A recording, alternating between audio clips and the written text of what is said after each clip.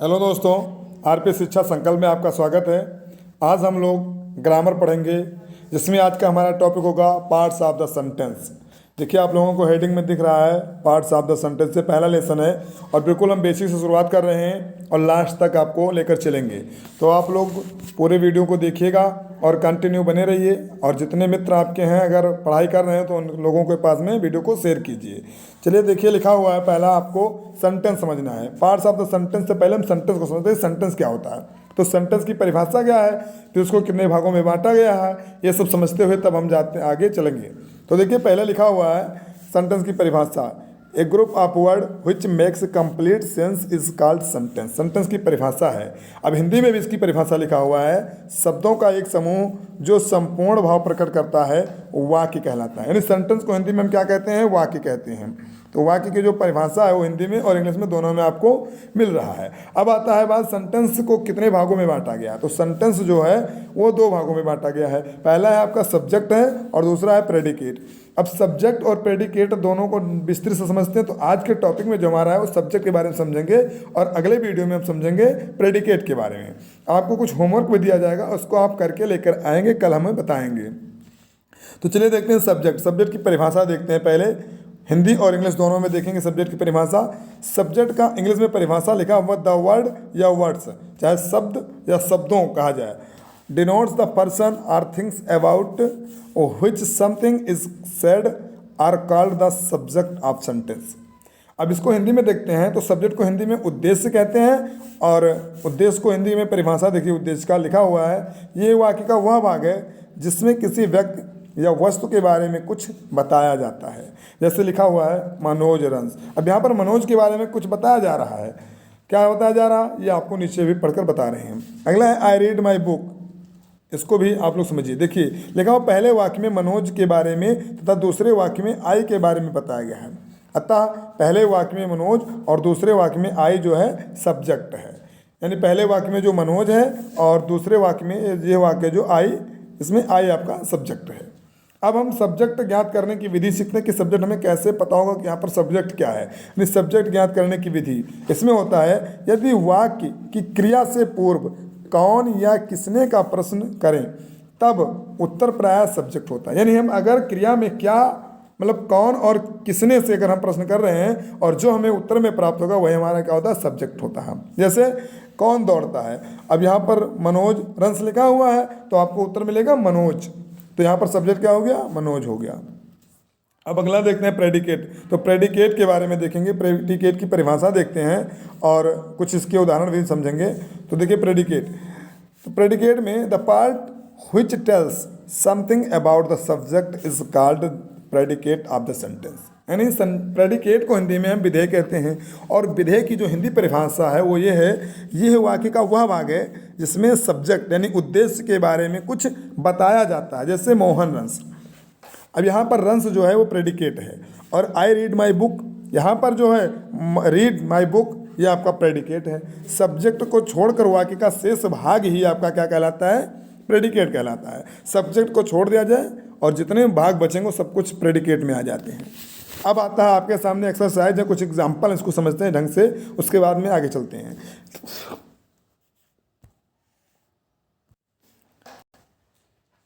देखिए एग्जाम्पल लिखा हुआ है, द थीव्स बियर काट बाय द पुलिस। अब यहाँ पर जो है आपको सब्जेक्ट बताना है और प्रेडिकेट बताना है। तो देखिए यहाँ पर जहाँ से हमें वर्ब मिल जाए, वर्ब के पीछे जितने भी यानी वर्ब से लेकर के यहाँ से लेकर के वर्ब यानी वियर है, वियर काट बाय द पुलिस, ये पूरे आपके प्रेडिकेट में आते हैं और इसके पहले का जो है वो सब्जेक्ट में आता है। या ऐसा कह लिया जाए कि सब्जेक्ट को छोड़ करके शेष जितने भी इसमें शब्द होते हैं सब प्रेडिकेट में आ जाते हैं। अगला दूसरा है द मैन इज लेम। तो सब्जेक्ट में आपका आएगा द मैन और जो इज लेम है ये आपका प्रेडिकेट में चला जाएगा। इसी प्रकार अगला है आई एम अ टीचर। तो आई जो है ये आपका सब्जेक्ट में आएगा, बाकी जितने बचे एम अ टीचर ये आपका प्रेडिकेट में चला जाएगा। चलिए आगे कुछ एग्जाम्पल और उसको देखते हैं। अगला एग्जाम्पल लिखा हुआ है कि it has been raining for 2 hours.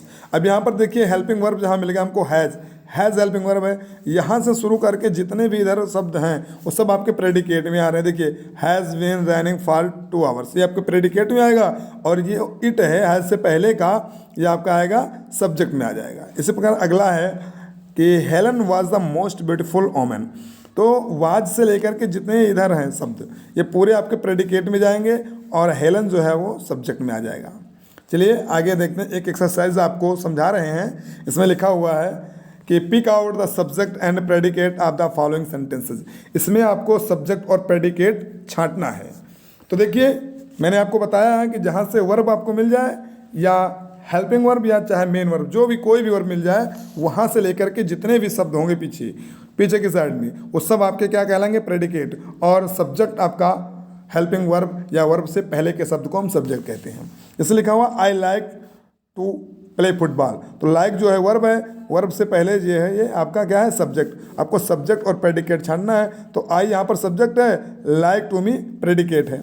दूसरे में देखिए I do my work in time, जो आई है ये आपका सब्जेक्ट है, आई सब्जेक्ट में रहेगा, और do my work in time ये प्रेडिकेट में आ रहा है। इसी प्रकार अगला देखते हैं, अगला लिखा हुआ है कि his watch has stopped working, तो वॉच जो है और हिज ये दोनों आपके सब्जेक्ट में आएंगे, और हैज स्टॉप्ड वर्किंग प्रेडिकेट में आ रहा है।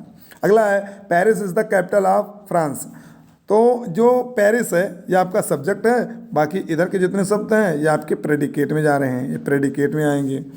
इसी प्रकार अगला देखते हैं, Rana Pratap was the king of Mewar, तो राणा प्रताप जो है ये आपका सब्जेक्ट में जाएगा, was the king of Mewar ये प्रेडिकेट में चला जा रहा है। सेम इसी प्रकार अगला देखते हैं, लिखा हुआ I am reading a book, इसमें जो है हेल्पिंग वर्ब एम है, एम से जितने भी ये शब्द हैं ये आपके प्रेडिकेट में जाएंगे, और आई जो आपका वो सब्जेक्ट में जाएगा।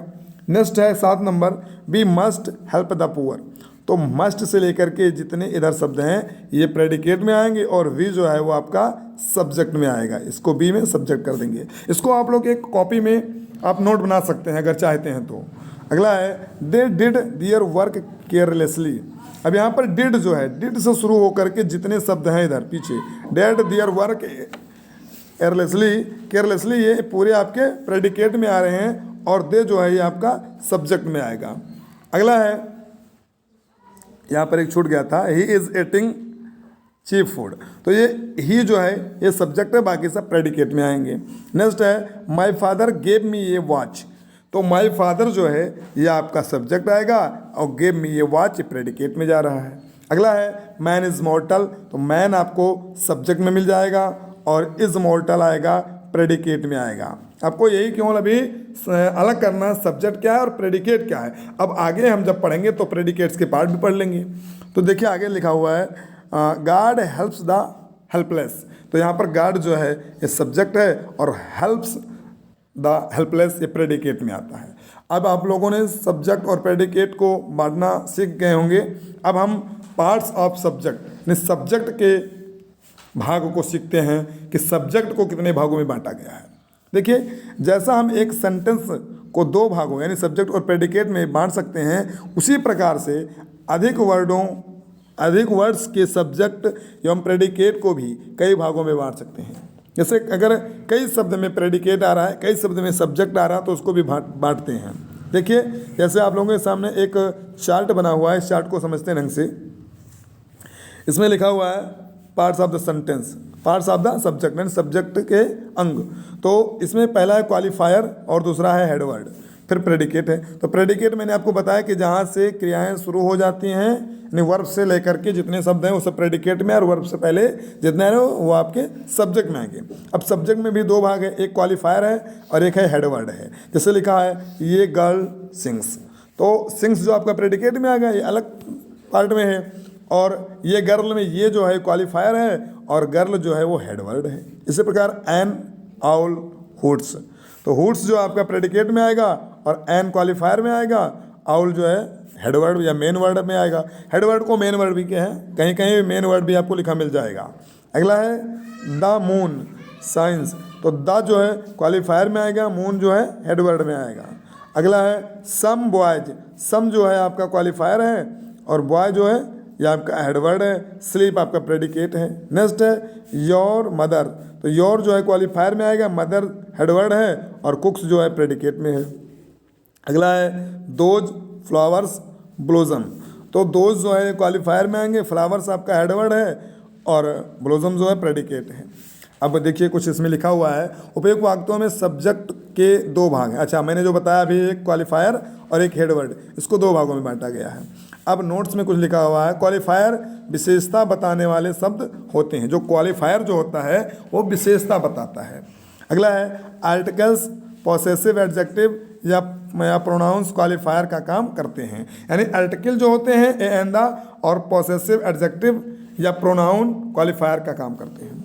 आगे देखते हैं सब्जेक्ट का मुख्य भाग। सब्जेक्ट का जो मुख्य भाग होता है वो हेडवर्ड होता है। मुख्य शब्द जो है वो हेडवर्ड है और हेडवर्ड के अंतर्गत प्रायः नाउन्स तथा प्रोनाउंस ही प्रयोग किए जाते हैं।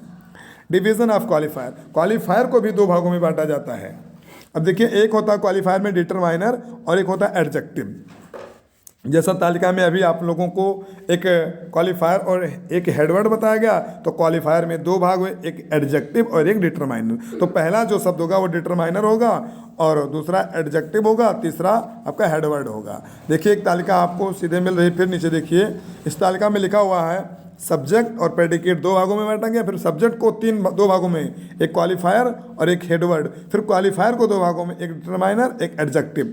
अब देखिए लिखा हुआ आप लोगों के सामने example, an old man laughs, तो एन जो है ये डिटरमाइनर में आएगा। अच्छा, पहले एन ओल्ड दोनों देखा जाए तो एक क्वालिफायर में आएगा, लेकिन अब क्वालिफायर में भी भाग देख रहे हैं तो एन जो है डिटरमाइनर में आएगा और ओल्ड एडजेक्टिव में आएगा और मैन जो है ये आपका हेडवर्ड में जाएगा और वर्ब जहाँ से शुरू हो जाएगा वहाँ से प्रेडिकेट आपका आ जाएगा। अगला देखते हैं द स्मार्ट लेडी वॉक्स, तो यहाँ पर दो भाग हुए। पहला ये पूरा टोटल आपका प्रेडिकेट हुआ और ये सब्जेक्ट हुआ। अब प्रेडिकेट में दो भाग हुए, ये हुआ आपका क्वालिफायर और ये हुआ आपका हेडवर्ड। अब क्वालिफायर में दो भाग, द जो है डिटरमाइनर हो जाएगा और स्मार्ट जो है ये आपका एडजेक्टिव हो जाएगा। अगला देखते हैं दोज यंग बॉयज प्लेस, तो इसमें दो भाग हुए, एक सब्जेक्ट बनाया गया, दो यंग बॉयज ये आपका सब्जेक्ट में आएगा और प्ले जो आपका प्रेडिकेट में आ जाएगा। फिर अब दोज यंग जो है क्वालिफायर में आएगा और बॉयज जो है हेडवर्ड में आएगा। अब क्वालिफायर में भी दो भाग हैं, एक दोज है और यंग है। दोज जो है वो डिटरमाइनर में जाएगा और यंग जो आपका एडजेक्टिव में चला जाएगा। चलिए अगला देखते हैं, माई यंगर ब्रदर स्लीप्स, तो माई जो है ये डिटरमाइनर में है, यंगर एडजेक्टिव है और ब्रदर जो है हेडवर्ड में आ रहा है, स्लीप प्रेडिकेट में आ रहा है। चलिए कुछ देखते हैं, नीचे कुछ और लिखा हुआ है कि उपयुक्त वाक्यों में हेडवर्ड से पूर्व एडजेक्टिव का प्रयोग तथा एडजेक्टिव से पूर्व डिटरमाइनर का प्रयोग होता है। ये कह रहे हैं कि जो ये हेडवर्ब है, ये हेडवर्ब है। अब हेडवर्ब से पहले आपके सामने एडजेक्टिव का प्रयोग होगा और एडजेक्टिव से पहले डिटरमाइनर का प्रयोग होगा। यही समझाया गया है कि पहले हेडवर्ब, हेडवर्ब से पहले एडजेक्टिव, एडजेक्टिव से पहले डिटरमाइनर का प्रयोग होता है। चलिए आगे देखते हैं, अगला कुछ पॉइंट आता है एडजेक्टिव फ्रेज आता है। अब नोट्स में लिखा हुआ है एडजेक्टिव फ्रेज को विशेषण वाक्यांश कहते हैं। एडजेक्टिव का काम किसी नाउन प्रोनाउन की विशेषता बताना है, उसी प्रकार एडजेक्टिव फ्रेज का काम भी किसी संज्ञा की विशेषता बताना है। वाक्यांश में कई शब्द होते हैं किंतु वर्ब नहीं होता है। वाक्यांश में जो होते हैं शब्द होते हैं लेकिन वर्ब नहीं होता है। जैसे the boy on the first bench is talking, यहाँ पर उपयुक्त वाक्य में जो क्वालिफायर है, द आपका क्वालिफायर है, बॉय हेडवर्ड है, on the first bench adjective phrase है। इसी प्रकार आपको एक तालिका फिर मिल रही है, वहाँ पर देखिए आपको एक टेबल मिला है, इसमें समझाया गया है। देखिए लिखा हुआ है a naughty boy sitting in the corner was laughing. इसमें पहले हम दो भागों में बांटे, इतना जो बना ये आपका प्रेडिकेट में आ रहा है और ये पूरा भाग आपका सब्जेक्ट में आ रहा है। अब सब्जेक्ट में भी आपको चार भागों में बांटा गया है। ये आएगा आपका ए जो है डिटरमाइनर में आ रहा है, नाटी एडजेक्टिव है, बॉय हेडवर्ड है और सिटिंग इन द कॉर्नर ये एडजेक्टिव फ्रेज में आ रहा है। सेम इसी प्रकार दूसरा एग्जांपल है the old man living in that house died. तो देखिए इसमें जो द है ये डिटरमाइनर में आ रहा है, ओल्ड एडजेक्टिव है, मैन हेडवर्ड है और लिविंग इन द हाउस ये एडजेक्टिव फ्रेज में आएगा और डाइट जो है वो आपका प्रेडिकेट में आ रहा है। अगला है these black bird sitting on the tree is sweet, sorry sing sweet. तो दीज जो है डिटरमाइनर में आएगा, ब्लैक एडजेक्टिव में आएगा, और वर्ड जो है वो हेडवर्ड में आएगा, और सिटिंग ऑन द ट्री ये एडजेक्टिव फ्रेज में आ रहा है। अगला है my younger son working at the table is writing. तो माई जो है वो डिटरमाइनर में आएगा, यंगर है एडजेक्टिव में, और सन यहाँ पर नाउन कह लिया जाए या हेडवर्ड कह लिया जाए या मेन वर्ड कह लिया जाए, तीन नाम इसके हैं, जो भी आप कहना चाहें कह लीजिए। वर्किंग एट द टेबल ये आपका एडजेक्टिव फ्रेज में आ रहा है। अब देखिए कुछ नोट्स में लिखा हुआ है, उपयुक्त वाक्यों में ए द दीज माई यानी ये चीज़ बता रहे हैं, ये शब्द डिटरमाइनर में है, और नाटी ओल्ड ब्लैक यंगर ये चारों आपके एडजेक्टिव हैं।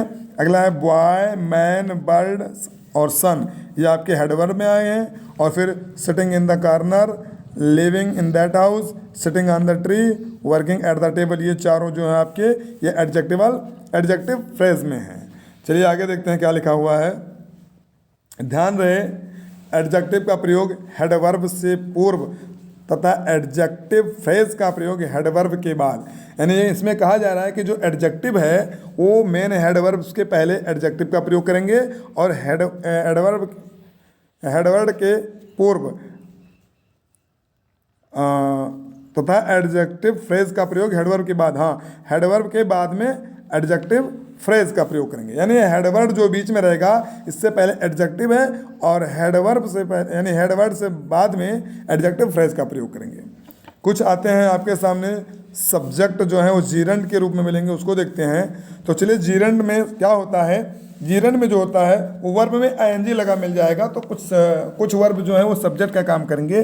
जैसे वाक आपका सब्जेक्ट, लेकिन इसमें आईएनजी लगा मिल रहा तो जीरंड हो गया है। और इज यूजफुल तो प्रेडिकेट है ही है। स्विमिंग आपका जीरंड है, जीरंड सब्जेक्ट में आ रहा है। ड्रिंकिंग ये भी आपका सब्जेक्ट है, नोट में लिखा हुआ है।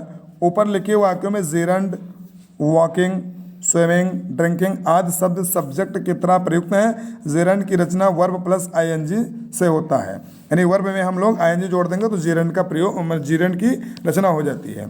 ये नाउन की तरह काम करता है तथा ये नाउन नॉन-फिनेटिव भी कहलाता है। अगला आता है, ध्यान दीजिए, ध्यान देने वाली बात इसमें ध्यान दें। जीरंड वाक्य में कंप्लीमेंट तथा ऑब्जेक्ट की तरह भी प्रयुक्त होता है। इसका प्रयोग प्रेडिकेट पार्ट में बताया जाएगा। जो इसका प्रयोग है वो आपको प्रेडिकेट का जब पार्ट पढ़ेंगे उसमें बताया जाएगा। आज हम सब्जेक्ट का पार्ट पढ़ रहे हैं।